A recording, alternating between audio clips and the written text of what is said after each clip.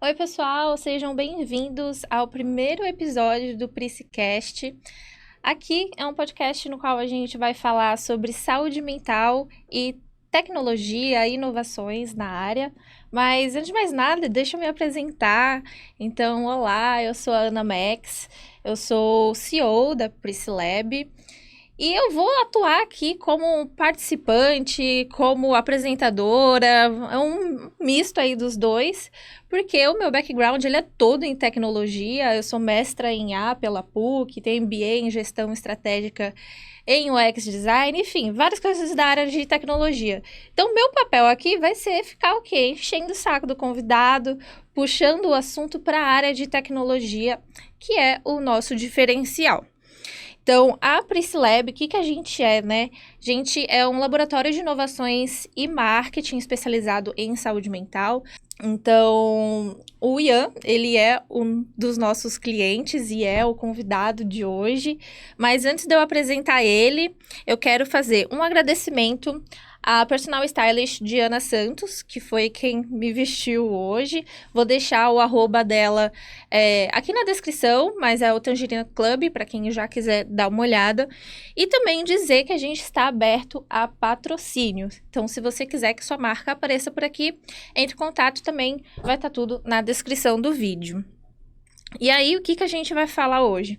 A gente vai falar sobre EMT e outras técnicas da psiquiatria intervencionista, mas a gente também vai falar sobre VR, fenótipos digitais. Então, o que um óculos de realidade virtual tem a ver com saúde mental?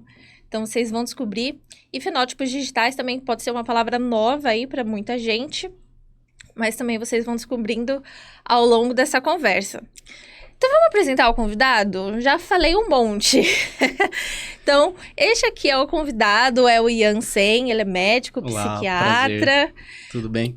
Tudo ótimo, estou muito contente que você está aqui hoje, de verdade. Vamos tirar a Ana apresentadora, eu vou Tá. falar a Ana de coração. Estou muito contente mesmo que você está aqui hoje. E conte um pouquinho para as pessoas quem você é, dá um oi aí. Bom, prazer, eu sou o Ian, sou psiquiatra, formado na Faculdade de Medicina do ABC, desde da faculdade até a residência. Bom, vim do interior já desde pequeno, trabalho recentemente com psiquiatria intervencionista, já trabalhei dentro da Cracolândia, trabalhei com dependência química no geral, e hoje em dia fico mais, de fato, na psiquiatria intervencionista. Bacana. E é disso que a gente vai falar hoje, né? É um dos assuntos. Conta para as pessoas como que tá sendo, então, você ser o nosso cliente. Tá, bom, pra mim é bastante difícil colocar a cara, aparecer assim, tanto em vídeos, em reels, eu acho que você sabe, a gente tem tentado conversar formas que eu vá me Sim. sentindo mais à vontade.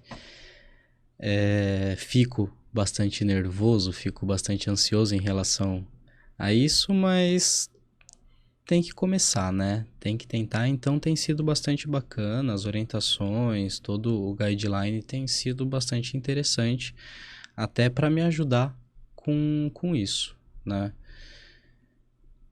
Eu gosto de estar, por exemplo, em sala de aula conversando com alunos, seja de medicina, alguma coisa assim. Isso eu gosto bastante. Agora, estar em frente à câmera, em frente à luz, em frente a microfone, isso para mim é bastante novo. E antes do...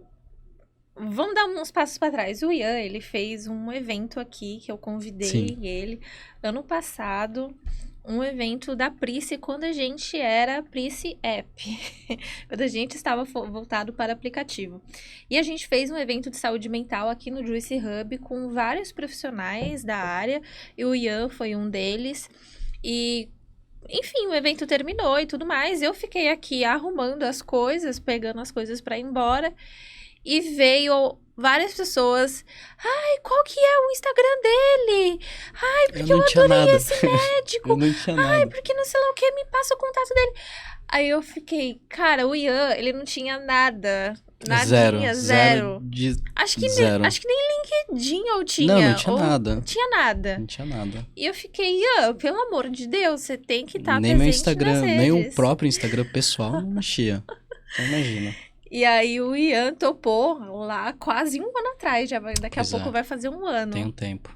E aí o Ian topou a gente começar esse trabalho de movimentar as redes dele, de deixar mais profissional. E aí, aos poucos, você Tem sido um desafio, mas tá indo. Cara, mas sabe que é legal? Não sei se você vê assim, mas quando eu faço essa comparação de quase um ano atrás, eu vejo assim, cara, o Ian não tinha rede social, né, profissionalmente. O Ian, ele não aparecia em nada.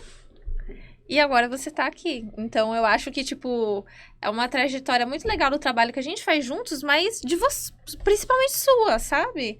De que, tipo assim, eu fico aqui cutucando você, vamos fazer o stories, vamos fazer não sei lá o quê. E você vai, sabe? Então, eu acho que essa parceria tem dado muito certo. Acho que muito porque você tá aberto a isso. Então, eu acho muito legal. Então, só tenho que te agradecer mesmo. Não, eu que agradeço aí em relação aos toques, em relação a pegar no pé, eu acho que é importante pra mim. Mas eu acho que cada vez mais ficando mais confortável para conseguir falar tanto em vídeos quanto aparecer aqui. Eu acho que há um ano atrás não estaria aqui fazendo. Daqui a pouco você vai estar fazendo dancinha, Não, ó. isso eu tô bem longe. Pode ficar tranquila que isso daí não vai ter. Ah, que pena. Você trabalha com EMT, estimulação magnética transcraniana. Isso. Que eu já tô careca de saber. Mas muita gente não conhece, né? É uma Sim. inovação aí na psiquiatria. Conta pras pessoas o que é a EMT. Bom, o estímulo magnético transcraniano, que a gente chama de EMT, já é aprovado pelo FDA desde 2008.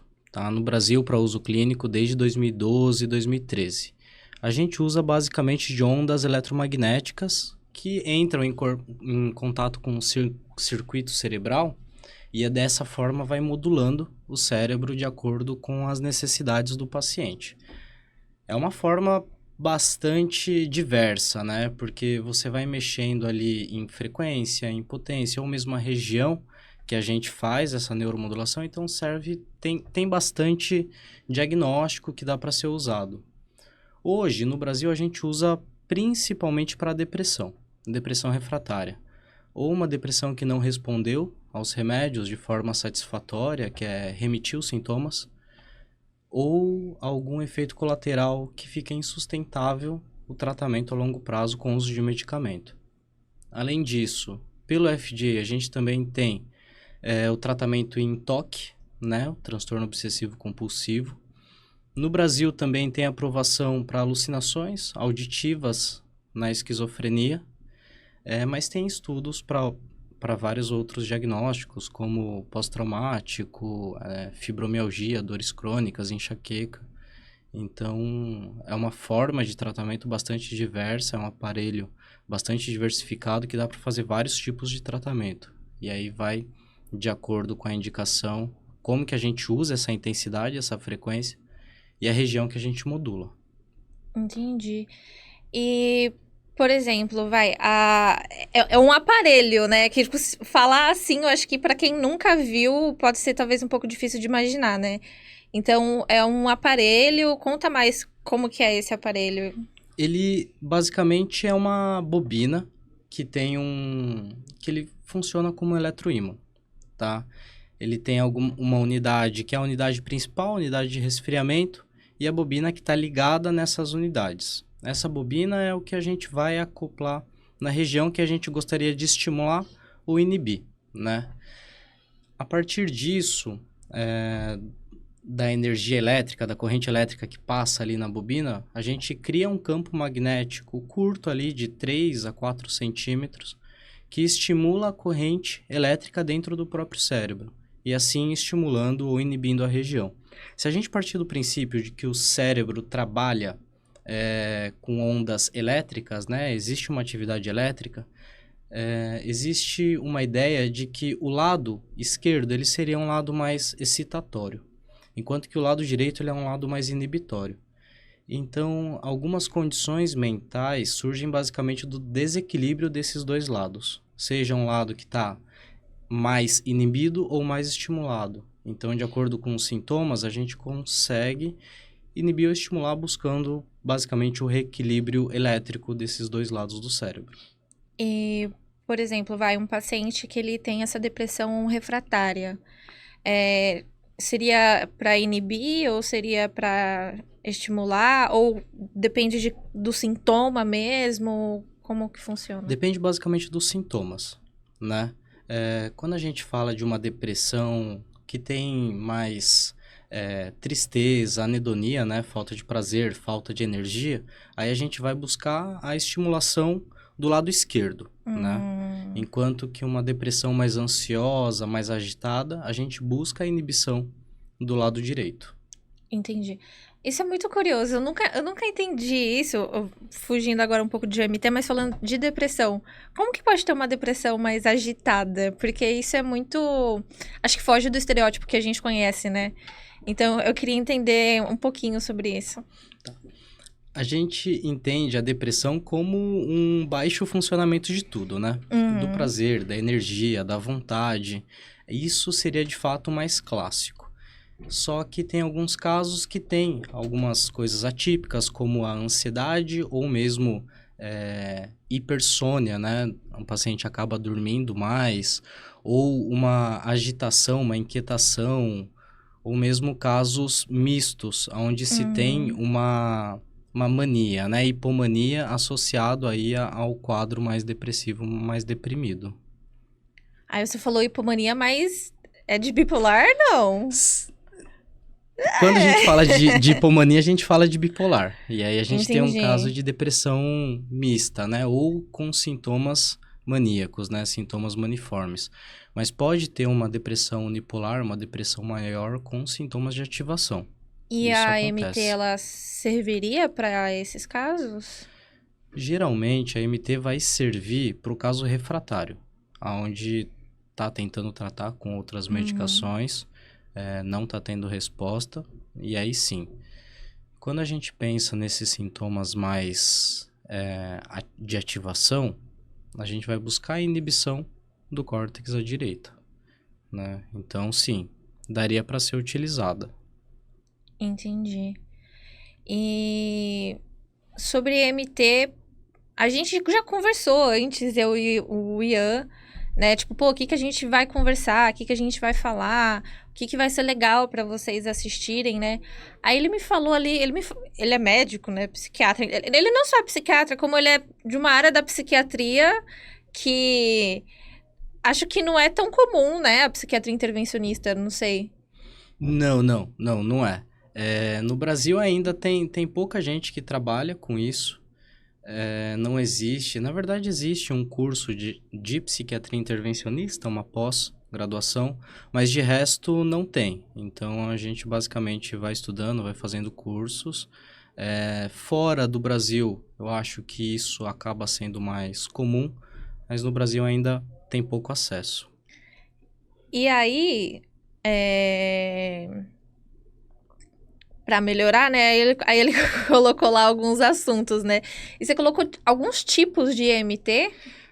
Não, eu coloquei que rolê foi a MT de alça fechada. Isso! Né? Foi. A MT de alça fechada, na verdade, ainda não está sendo usada, não está sendo um uso clínico, não está tendo um uso clínico, é mais para estudo.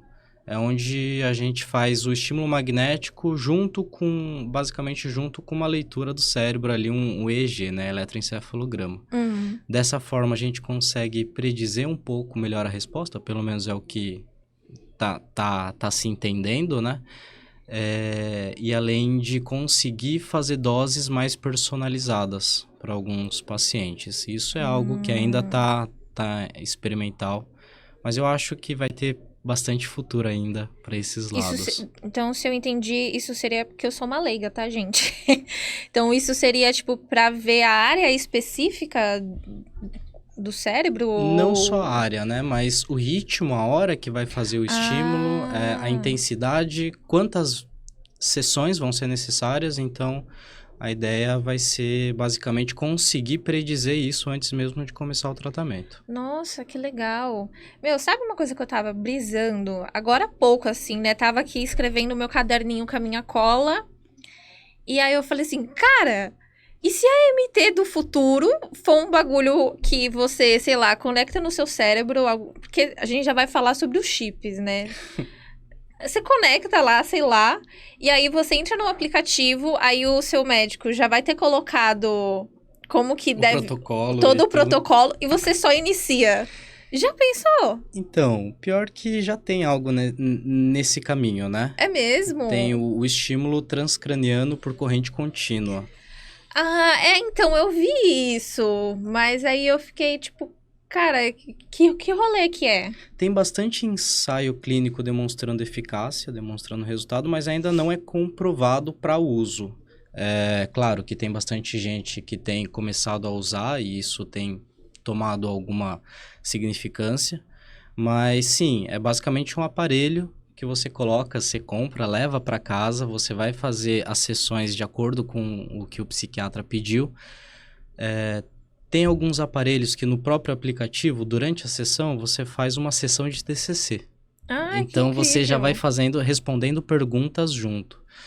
É estudado também para depressão refratária, onde não se dá para usar medicamento ou não respondeu de forma significativa ao remédio. Mas sim, tem avançado para esse lado. Tem alguns casos mais leves do que os que são tratados com a MT, mas eu acho que cada vez mais isso vai ter um ganho, uma relevância, pelo menos no mercado, no uso clínico. Meu, já pensou, assim, muita brisa. Se no futuro, tipo, aí você compra, você vai poder comprar em qualquer esquina, mas e se o nosso cérebro ficar viciado nesse tipo de estímulo? Então, quando a gente pensa basicamente nessas questões de dependência, né, a gente pode entender que algumas pessoas, elas têm a depressão já refratária ou mesmo recorrente, que vai precisar do tratamento por vários tempos, por vários anos. A pessoa que não precisa, que não fica dependente, digamos assim, dessas tecnologias, é porque foi um episódio. A depressão por si ela é um episódio, tá? Ela é um episódio autolimitado, tratou, geralmente passa. Quando começa a recorrer, a gente vai começando a pensar em outros diagnósticos. É sério? Sim. Ah, brincou. Então, Não fazia ideia. Então, se a gente começa a ver um paciente que deprimiu várias vezes, que tem uma depressão já mais arrastada, a gente vai começando a pensar em outros diagnósticos. E aí sim, Curioso. entraria a necessidade de um tratamento mais a longo prazo, né, de mais tempo. Nossa, você deu um boom. Sabe aquele meme que, tipo, na minha cabeça agora? Mas aí, tipo, por exemplo, vai, uma pessoa que tem essas... que tem essa recorrência, né? De episódios depressivos, né? Cara, eu me perdi ali na parte que a gente tava falando da tecnologia, do estímulo, e aí entrou isso e eu me perdi. Tá. Em relação à depressão refratária, é isso? Tipo, por exemplo, vai, se aqui, hipotetizando, como gostam de falar no campo da IA, futurologia aqui. Vamos falar de futurologia. Todos os pesquisadores de IA vão querer me matar agora. O que essa menina tá falando de futurologia? Mas, tipo, por exemplo, se nesse cenário hipotético lá no futuro, onde você consegue comprar esse dispositivo e você pode fazer a EMT em você mesmo. Não é MT, é ETCC. ETCC, isso. Em você mesmo. Já tô lançando um problema lá pro futuro. E se de repente todo mundo começar a ficar viciado nesse tipo de estímulo? Será que tem esse risco de ficar viciado em estímulo? Olha, eu espero que não. Porque, cara, hoje em dia a gente é viciado no celular. Sim. Eu tava até comentando contigo, né? Meu, o tempo todo eu tô mexendo no meu celular, mesmo que eu tenha que focar alguma coisa no meu computador. Eu tô com um vício aqui. Eu falo, nossa, deixa eu dar um scrollzinho ali na tela e ativar todos a dopamina e tudo mais no meu cérebro. E essas novas tecnologias, eu acho que elas são muito massas, mas que também tem que tomar muito cuidado, né? Porque depois que o estrago é feito, no sentido de tipo, as crianças agora nos colégios, né? Cara, tá até vendo essa questão de proibição de celular e tudo mais, justamente por esses hiperestímulos, né? A galera toda ali com o foco e a atenção prejudicada. Como que vai ser essa criançada lá no futuro, né? Como que vai ser as futuras gerações? Primeiro, em relação ao ETCC, o software, o aplicativo que é utilizado, ele é justamente para o médico dar um protocolo e só dar o estímulo uma vez por dia. Justamente para essa pessoa não fazer o abuso ou passar para outra pessoa experimentar. Coloca aqui. Então, e tem os protocolos que são, assim como a MT, a gente vai inibir ou vai estimular alguns lados, é bem parecido. Então, acaba sendo personalizado para cada um. E o celular, de fato, ele é um moedor de atenção, né? Se a gente pensar que o foco, a atenção são como músculos, a gente tem que ir treinando eles. E o celular, com esses hiperestímulos, se a gente pensar em Instagram, em TikTok, em redes sociais no geral, são estímulos muito curtos e muito fortes. Então, te prendem a atenção e troca muito rápido. Se você tentar parar para ler um livro por 5, por 10, por 15 minutos, é muito mais entediante. Então, é muito mais difícil. Se você for ver, você está trabalhando ali direto pela manhã e aí à tarde resolve dar uma olhada no celular. A gente já percebe que cai muito a produtividade. Por quê? Porque a atenção da pessoa já desvia totalmente. Então, tem que tomar bastante cuidado e é algo que, de fato, cada vez mais tem se visto um uso abusivo, né, dessas formas das redes sociais ou hiperestímulos. E aí a atenção da pessoa, o foco da pessoa vai ficando cada vez pior. Se você for ver diagnósticos como TDAH, paciente que de fato tem o TDAH, esses hiperestímulos são muito ruins, né? Você tem que treinar essa pessoa a ter foco, a ter atenção além do tratamento. Então, se você deixa esse uso desenfreado dessas redes, dificilmente a pessoa vai conseguir ter um foco e atenção adequados para conseguir sentar e estudar. Faz super sentido, né? Porque pra gente já é um desafio, né? Sim, Uma pessoa com TDAH deve ser ainda mais desafiador, né? sim. E falando sobre essas inovações tecnológicas, tem o rolê do chip, né? Tem. Tem dois rolês do chip aí. Tem, qual que é a... Tem o DBS, né, que é a Isso. estimulação profunda cerebral, que no Brasil ainda é algo que não está em uso, é algo que fora ainda tem alguns tratamentos. A DBS, no Brasil, a estimulação cerebral profunda, acaba sendo utilizada para outros diagnósticos como Parkinson, aqui, mas para depressão ainda não tem. E aqui tem a estimulação do nervo vago, que funciona basicamente como um chip e um marca-passo, que se utiliza, você coloca no nervo vago, geralmente é um psiquiatra que indica, e o neurologista que está ali mais familiarizado com essa técnica que coloca. Mas é algo também que tem muito pouco no Brasil, mas cada vez mais vem ganhando força. E eu tava aqui pensando que, meu, até que ponto que vai essa questão da tecnologia na saúde mental? Porque a gente já tem até agora o DBS, ele é chique, fala DBS.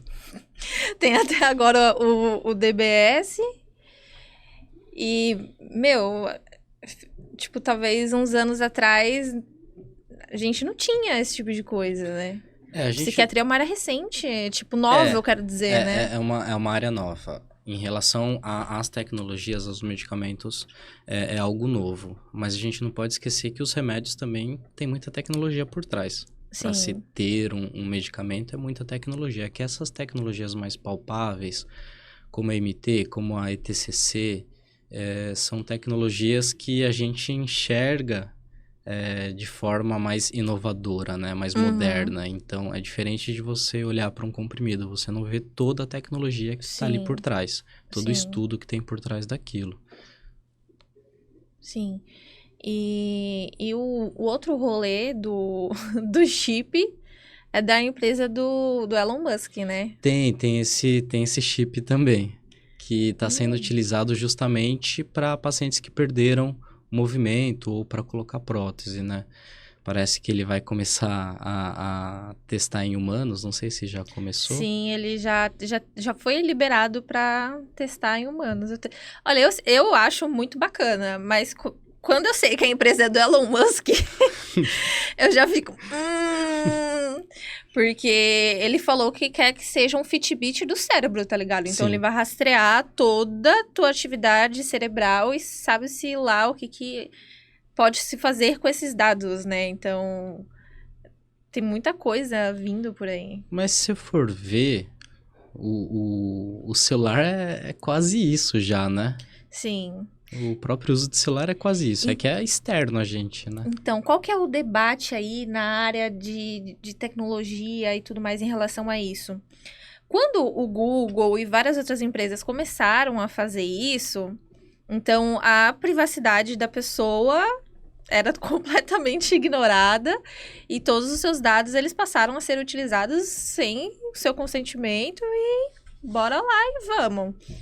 É, Só que hoje, então, já tem diversas leis, né? Mais lá fora, né? Tem na Europa, nos Estados Unidos eu não me lembro, não me lembro como que foi o andamento, e no Brasil agora tá tramitando também a PL. Então, por quê? Porque se viu que, meu, eles pegaram muitos dados, treinaram muitas máquinas, né? Muitas inteligências artificiais aí, colocando dessa forma, mas hoje em dia já é algo que é barrado. Anos atrás. É tudo que surge meio que sem dono, Tem né? um boom primeiro, né? E É. depois Aí começa a regulamentar. Exato. E aí meu medo é que isso aconteça com a Neuralink, entendeu? Que tipo, que ele vai ter esse consumo de dados e não tem nada ainda contra isso, nenhuma lei que preveja esse caso específico. E aí, quando vê lá no futuro, o estrago já tá feito. Você sabe que, por exemplo, em relação à inteligência artificial, não tanto a esse próprio chip, a gente tem prontuários, nós temos prontuários que utilizam basicamente o chat GPT. É. Então, se você for ver, na saúde mental, no geral, tem muitas variáveis, né? Tanto variáveis de quais medicações tomam, quais medicações já tomou, e variáveis de idade, de sexo, de raça, e essas coisas mudam. As medicações, o efeito da medicação. Então, essa tecnologia, ela pode ajudar por esse lado. Então, a gente Uhum. consegue prever melhor. Mas agora, o controle dessas informações, que é o que traz medo, né? É como é que vão ser utilizadas essas informações, todos esses dados que consegue receber nesse chip ou qualquer coisa que a gente use de tecnologia. E quem garante, né? Que a gente está seguro em relação ao Em vazamento de dado. relação sobre isso, seguro é zero. Não, nem um pouco. Seguro é zero. O Google, todas as redes sociais fazem o uso dos nossos dados, né? Eu te mandei aquele link, né? Acho que eu te mandei alguns, já nem lembro mais quais foram. Mas de um eu lembro que foi sobre o VR tá sendo utilizado na China. Não sei quão verdadeiro é essa informação, né? Porque lá as informações são um pouco mais reclusas, ainda mais quando se fala de internet, mas Tu chegou a ver, né? Sim, sim. A gente tem a terapia que chama de terapia de exposição. Geralmente se usa isso para toque, para TEPT, fobias específicas. Parece bem bacana essa forma de se pensar em tratar uma exposição, uma realidade virtual. O paciente ele se sente um pouco mais seguro de estar no ambiente, um pouco mais seguro. E a exposição ela tem que acontecer de forma gradual, né? Você não vai colocar o paciente... Eu tenho medo de trem, não vai jogar ele dentro do metrô de uma vez. Uhum. Então, coloca lá o VR e vai, aos poucos, trazendo ele ali para dentro daquele ambiente e vendo como que ele vai reagir. Então, ele vai se sentir mais seguro e, ao mesmo tempo, a gente vai tendo uma exposição. Mas eu vi também que aqui no Brasil a gente, pelo menos, acho que não só no Brasil, em muitos lugares, ainda não tem estudos nessa linha, até por conta da dificuldade de se ter parceria, de se ter protocolos, de ter a parceria tanto do óculos, né, do VR, quanto de profissionais que saibam fazer uso dessa É uma tecnologia tecnologia. muito cara, né? Não é Sim. Aqui no Brasil, pelo menos, ela não é super acessível, né? Sim. Então, e de fato, eu também vi que tem poucas pesquisas, mas eu vi um caso que me chamou muita atenção, porque, cara, qualquer ramo sempre tem alguém que, eu não sei, deve ser psicopata, porque não é possível. Foi uma empresa, uma moça que pegou uma moradora de rua para fazer esse experimento com essa moradora de rua com um VR. E aí, olha, e aí veio um youtuber pra documentar, olha quão sério foi o negócio. Então, foi um youtuber e começou a documentar todos esses anos a trajetória dessa moradora de rua fazendo a terapia de VR. Meu, no primeiro vídeo ao último, a mulher piorou muito. Tipo, ela tinha o cabelo, ela, sabe? Aí depois já tava com o cabelo todo raspado, já não falava nada com nada. Uma coisa muito impressionante que me chamou a atenção é que ela, assim, não tem como saber vendo assim pelo vídeo, ou enfim, eu pelo menos não sei dizer da onde que veio a origem dessas alucinações, mas ela começava a falar assim: tem várias versões minhas eletrônicas andando por aí. Quem fez isso tem que acabar com isso. Então, não sei se era uma alucinação dela, porque ela estava em situação de rua e devia estar fazendo uso de alguma substância, ou se foi real, ou se foi tudo junto, porque ela estava fazendo esse VR, sabe? Então, foi assim, no fim, infelizmente, ela até faleceu, essa moça. A autópsia dela não tem muitas informações ali, mas é um caso que me chamou, tipo, muita atenção, sabe? De tipo assim, cara, como tem gente irresponsável mexendo com a saúde mental das pessoas. Aí tem vários pontos, né? Tanto isso de... A gente tá mexendo com a mente, né? A gente tá mexendo com a saúde mental. A gente não pode fazer as coisas de qualquer jeito. A gente tem que ter uma base de evidência. A gente tem que saber também o protocolo que está sendo utilizado, como é que a gente está utilizando isso. Mas também tem um ponto de que grande parte dos moradores de rua, eles têm algum diagnóstico, alguma condição mental, né? Provavelmente esse estudo, esse experimento acabou piorando a situação dessa moça que estava em situação de rua, né? Essa pessoa que estava em situação de rua. E aí é irresponsabilidade. Sem nem saber o que tá fazendo, tentar fazer alguma coisa da própria cabeça. Sabe isso qual não dá foi a certo. impressão que eu tive, assim, vendo os relatos dela e de como essa empresa trabalha? Acho que, parecia que era o VR, que eu acho que pode ter um potencial ali, foi usado de uma maneira tão irresponsável que mudou tudo, assim, porque... enfim, além da moça ter piorado e ter falecido, me parecia uma tortura, sabe? Sim. Porque se ela tava naquela situação exposta, ela foi exposta a uma situação de uso que ela tinha que rejeitar, ou enfim, ela tava numa festa e ela tava nessa situação. Parecia em alguns momentos até que era que era isso, que era tipo uma violência sendo cometida de novo, sabe? Tipo, putz, você já tá tentando sobreviver com algo super difícil, que é esse vício em substâncias. E aí você fica sendo exposto ali. Eu achei meio... A gente nunca delira com algo que nunca viu. Então, a gente sempre vai ter delírios dentro da saúde mental com assuntos conhecidos. E um dos assuntos que é conhecido e que geralmente você vê em um caso ou outro de delírio é o delírio tecnológico.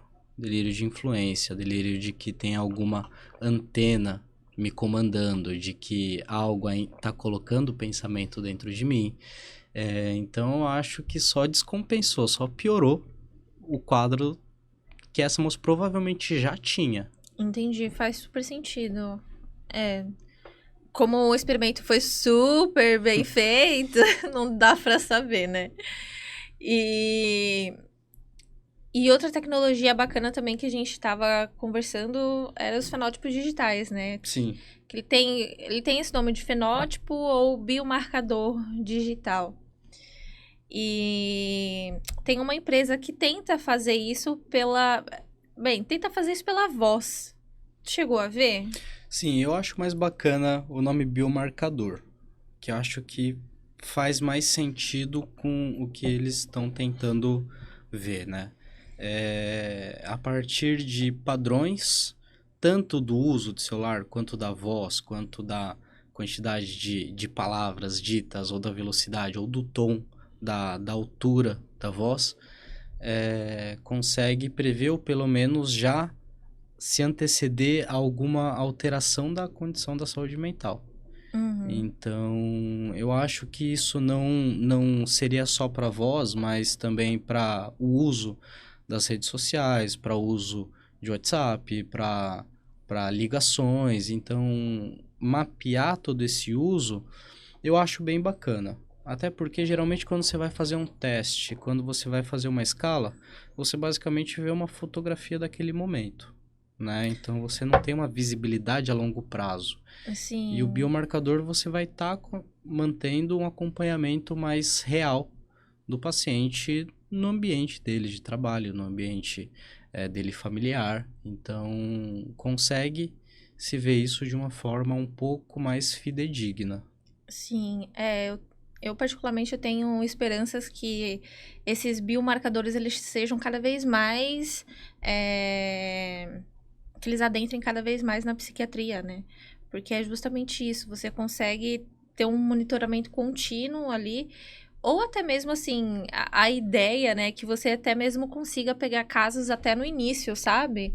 Porque geralmente me disse, eu estou falando bosta. A pessoa vai no teu consultório quando já tá o quê? Lá... Geralmente chega pro psiquiatra já ruim. Já já bem mal. Já quando a saúde mental tá insustentável, né? E aí isso, como você bem sabe, piora o prognóstico dela e tudo mais, né? Então, a ideia dos biomarcadores é que eles tentem pegar ali logo no começo, sabe? Então, acho que seria bem legal. E não só isso, né? Quando a gente pensa em condição de saúde mental, a gente pensa em estabilidade. Ficar triste, feliz, faz parte. A questão é quando isso se torna patológico, isso atrapalha a tua vida, isso atrapalha a tua rotina. E a partir desses biomarcadores, eu acho que tem funções, tem características que é muito possível você monitorar. Claro que tem que tomar muito cuidado também com esses dados, com como se lida com esses dados. Mas, por exemplo, hoje algo mais a grosso modo que dá para ser feito é nos próprios casos de TDAH e uso do celular. Então, você pede para o paciente mostrar a autonomia dele no celular na última semana. Então, você consegue ver o quanto que ele usou, se o paciente trabalha ou não com o celular, dá para você ver lá. Então, você consegue especificar quais são os pontos que ele usa. Mas, geralmente, em primeiro lugar, está sempre lá. TikTok, Instagram, WhatsApp. Então, você já consegue ter uma noção do uso dele, o quanto que ele está usando por dia. Às vezes, o paciente, em uma semana, em 2 semanas, ele aumenta 3, 4 horas de uso. Então, você já sabe que alguma coisa diferente está acontecendo. Então, vale a pena investigar e dar uma olhadinha, de fato, se tem algo diferente. Eu achei bem legal quando você falou que você já tá fazendo isso. Eu acho que isso é um dos motivos de você estar aqui hoje, porque eu acho que você é um médico que você tá sempre atualizado, você traz a tecnologia como um aliado, né? E não algo que seja contra, né? Eu acho isso muito legal. Tem fenótipo digital, né? É que assim, eu gosto muito, mas ao mesmo tempo também eu fico com o pé atrás. Por quê? Eu fico assim, cara, beleza, eu já vi vocês estudos encontrando correlação com jogos digitais, então conforme você joga, ele faz correlações cognitivas ali, né? Então faz um estudo, um estudo, ó, uma escala, não sei como é, uma triagem ali daquela pessoa e tudo mais. E aí eles acham ali alguns biomarcadores que tem, então, tipo assim, os taps que você dá no seu celular e os seus scrolls, isso está correlacionado com alguma, enfim, com alguma função cognitiva, o jogo também tá. E aí eu sempre fico assim, tá, mas tá relacionado. Mas o que que isso significa? Porque, tipo assim, o Davos, por exemplo, dessa empresa que a gente tava vendo, eles nem. Eles não dão um diagnóstico, né? Eles falam assim, pela sua voz, você aparenta estar com humor em 60/100. Então, tá mais ou menos o seu humor.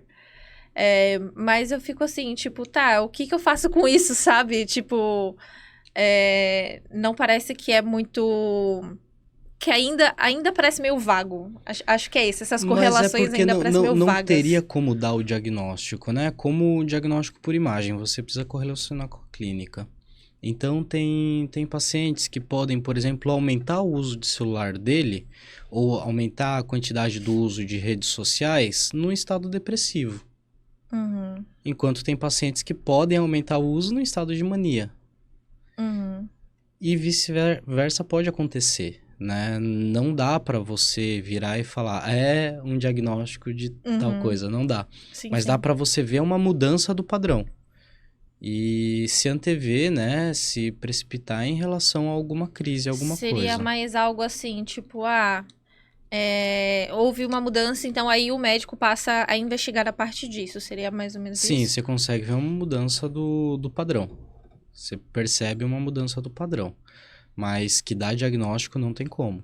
Não tem como dar o diagnóstico. É como eu disse, tem casos que vai ter aumentado uma coisa, sendo que em outro diagnóstico também vai ter aumentado esse mesmo uso, esse mesmo Uhum. ponto.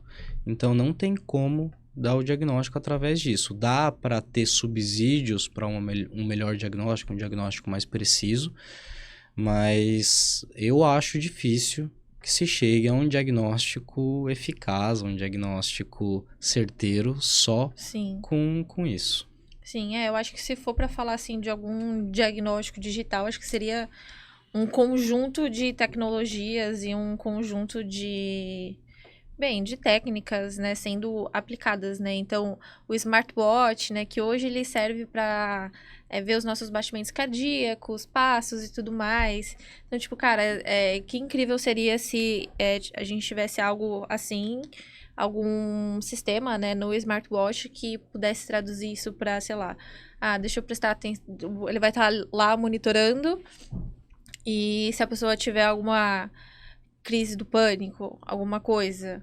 Então, mas aí é o celular, aí também pegar do celular para, tipo, como se cada dispositivo fosse ver alguma coisa. Então, o smartwatch ele ficaria mais responsável pelos sinais fisiológicos da pessoa e tudo mais. E aí o celular ficasse responsável pela parte cognitivo, né? E aí cada tecnologia ela ia avaliar Mas alguma aí coisa. que eu acho que tá o ponto. Eu acho que o ser humano é insubstituível nisso, né? Porque Você só vai trazer mais dados. Você não consegue dar o diagnóstico. Você consegue sugerir uma ideia, um caminho a ser trilhado, mas você não consegue dar diagnóstico. Eu gosto de falar, geralmente, a respeito do TDAH. Quanta gente que não lê, não faz teste na internet, faz um monte de coisa, chega para mim perguntar se tem TDAH. Mas entenda, desatenção, perda de prazer, ou mesmo não ter a vontade de fazer coisas que não gosta, alteração do foco, são coisas que todo mundo tem. Todo mundo pode ter, é só você não dormir bem uma noite, você não tá numa semana legal, fez uso de alguma substância um dia, 2 dias anteriores, você vai ter esses pontos, todos os pontos que tem o TDAH, só que de fato não tem. Então existe uma correlação clínica, não adianta só ter os dados, não adianta só ter as informações. Você precisa ver a história do paciente, você precisa ver como ele está ali na tua frente, você precisa entender todo esse colorido que esses dados não trazem, né? O diagnóstico é uma mistura de tudo isso, da parte de dados, da parte de números e o colorido daquilo que o exame psíquico faz, que a gente, quando está atendendo, a gente enxerga no paciente, e só atendendo bastante que a gente vai se acostumando com isso. Mas só dados é igual exame de sangue, né? Você vai ter vários dados, mas você não consegue dar diagnóstico.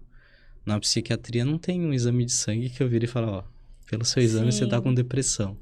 Não existe isso. E sabe o que é engraçado? A tecnologia parece estar caminhando os mesmos caminhos da psicologia ou da psiquiatria ao tentar achar um biomarcador. Sim. Porque você vê, tanto é que a gente chama de biomarcador digital, como se fosse, ó, tem isso aqui, e na psiquiatria não tem, né? Não tem. Não tem um exame. Não tem. A gente faz exames basicamente para descartar causas orgânicas. Uma questão de tireoide, uma questão de algum tumor, de algum AVC, mas não tem um exame que dê o diagnóstico. Até mesmo testes neuropsicológicos, eles vão te apontar uma direção, mas não significa que de fato a pessoa tenha esse diagnóstico. Vai te ajudar bastante, vai te ajudar a discernir quais são os pontos de dificuldade e até ajudar na reabilitação ou no próprio tratamento. Mas não dá o diagnóstico, ele te sugere um caminho. E você comentou que que vão ser só mais dados e que o color, que não daria cor, né, ao cenário, né? O que seria essa cor, assim? Seria, tipo, ter o contexto do paciente? Ou o que é? Uma das coisas que a gente tem na psiquiatria é a contratransferência, né? A gente trabalha muito com a contratransferência, que é sentir o que o outro está sentindo. Então, trabalhar com a empatia. Dentro da psiquiatria, a gente não tem um estetoscópio para ouvir o teu coração. A gente tem os nossos próprios sentimentos, a nossa própria capacidade de empatia para tentar entender o que o outro está sentindo. E isso a tecnologia não é capaz. A tecnologia não consegue. Claro que nós, da psiquiatria, atendendo todo dia, trabalhando há tantos anos, a gente vai vendo padrões que se repetem, mas é algo que é muito difícil de traduzir no simbólico, de traduzir no número, né? Do contato humano. Isso é algo insubstituível. Sim. Tem coisas que é difícil por si só, né? Que nem você vai falar de amor. Nossa, tem tantos filósofos dando a sua descrição sobre amor e algo que é difícil de você traduzir numa máquina, né? Algo que foge do simbólico, da linguagem, né? De número, de dado, de palavras, então... É difícil você quantificar, né? Tipo, quanto que você ama alguém ou como que é esse amor, né? Não, nem dá, né? Pra quantificar, não é que é difícil, não dá. Não dá, não é possível. Só um depara, né? Só uma tentativa, uma analogia, né? Sim. Uma analogia do que seria isso, né? Do que é impalpável. Nossa, falamos agora coisas profundas, coisas... Então tá bom, gente. Eu acho que era isso que a gente tinha pra conversar. Acho que sim. né, de tudo que a gente planejou. E aí, como é que foi? Foi bom pra você? Sofrido, pô, mas primeira vez a gente não esquece, né? Então vamos dar um tchau ali pro pessoal. Então, vou pedir pra você. Você não deu like ainda? O que você tá esperando nessa conversa maravilhosa? Então, deixa o seu like, se inscreve no canal no YouTube, é PriciCast. Segue o Ian nas redes sociais dele, que é Ian Psiquiatra. dr.ianpsiquiatra. Vou deixar aqui também tudo na descrição. Beleza? Combinado. Bom, até mais. Valeu, pessoal.